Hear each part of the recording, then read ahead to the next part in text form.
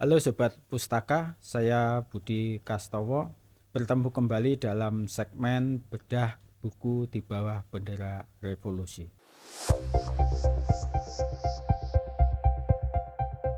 Melihat ke muka atau melihat ke depan, untuk lebih jelasnya kita pahami berarti ada sesuatu pandangan yang di belakang.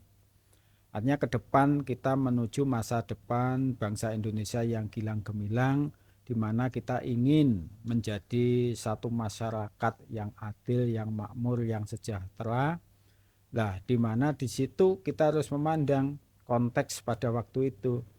Ke belakang dari perjalanan ini kita menjadi masyarakat yang terjajah. Yang terjajah itu masyarakat yang terbodohkan, termiskinkan, masyarakat yang lemah karena dipecah belah, masyarakat yang tidak punya kepercayaan diri, ada Minderwaardigheid kompleks, dan juga sebuah masyarakat yang dibikin dipolitik asosiasikan, di mana ada satu pemahaman yang dicekokkan dalam alam bawah sadar, sehingga kita punya keyakinan bahwasanya Belanda datang ke Indonesia itu adalah untuk meningkatkan taraf hidup kita. Jadi ada sesuatu yang dialih pandangkan atau disalah pandangkan pada alam bawah sadar kita. Jadi memandang ke muka artinya adalah sebuah kesadaran di depan sana loh ada suatu masa depan yang adil, yang makmur, yang harus kita perjuangkan bersama-sama.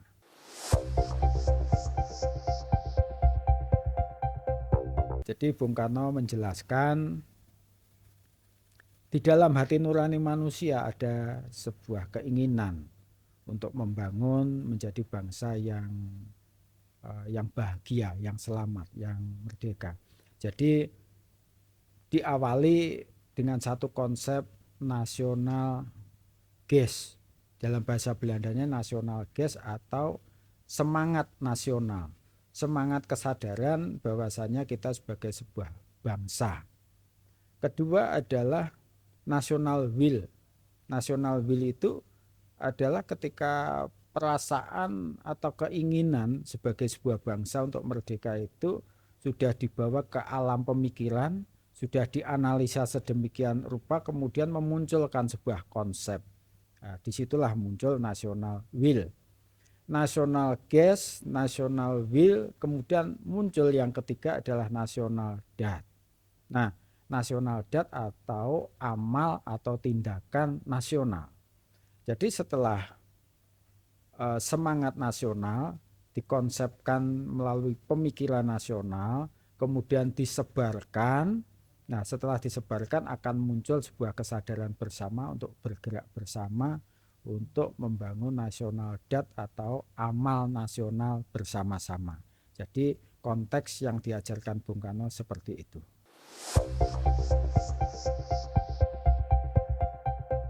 Bisa dianggap atau bisa kita lihat bahwasanya tulisan yang berjudul Melihat ke Muka ini boleh jadi menjadi salah satu pengantar dalam konteks lini masa ini untuk menuju kepada Kongres PPPKI yang ini terjadi di tahun yang sama, tahun 1928.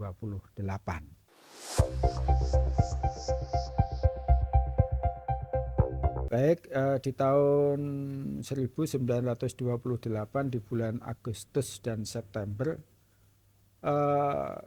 Bung Karno dan PNI-nya menginspirasi sebuah kongres atau pertemuan daripada partai-partai pendukung kemerdekaan Indonesia, dan ini yang dihadirkan ada beberapa, baik yang terdaftar ataupun yang tidak terdaftar.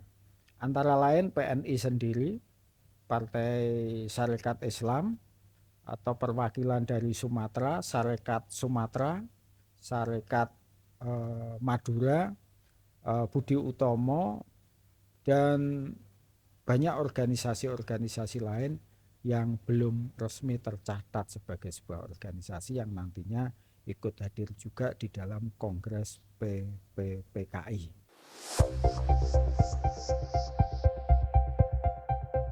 Tujuan dari Kongres PPPKI terutama adalah menyebarkan, menguatkan rasa kebangsaan. Nah, jadi ada satu rumus pemikiran, untuk merdeka itu kita perlu kekuatan. Untuk membangun kekuatan kita memerlukan persatuan. Untuk membangun persatuan harus ada satu gerakan yang berbasis kepada satu konsep kebangsaan. Nah, konsep kebangsaan itu etapa sebelumnya telah berhasil digali dan disusun. Selanjutnya perlu disebarkan sekaligus perlu untuk bisa dibicarakan bersama bagaimana konsep kebangsaan itu akan dilaksanakan. Kongres PPPKI adalah sebuah usaha untuk menyebarkan konsep kebangsaan Indonesia sekaligus saling menguatkan atau brainstorming bagi seluruh yang ikut di dalamnya.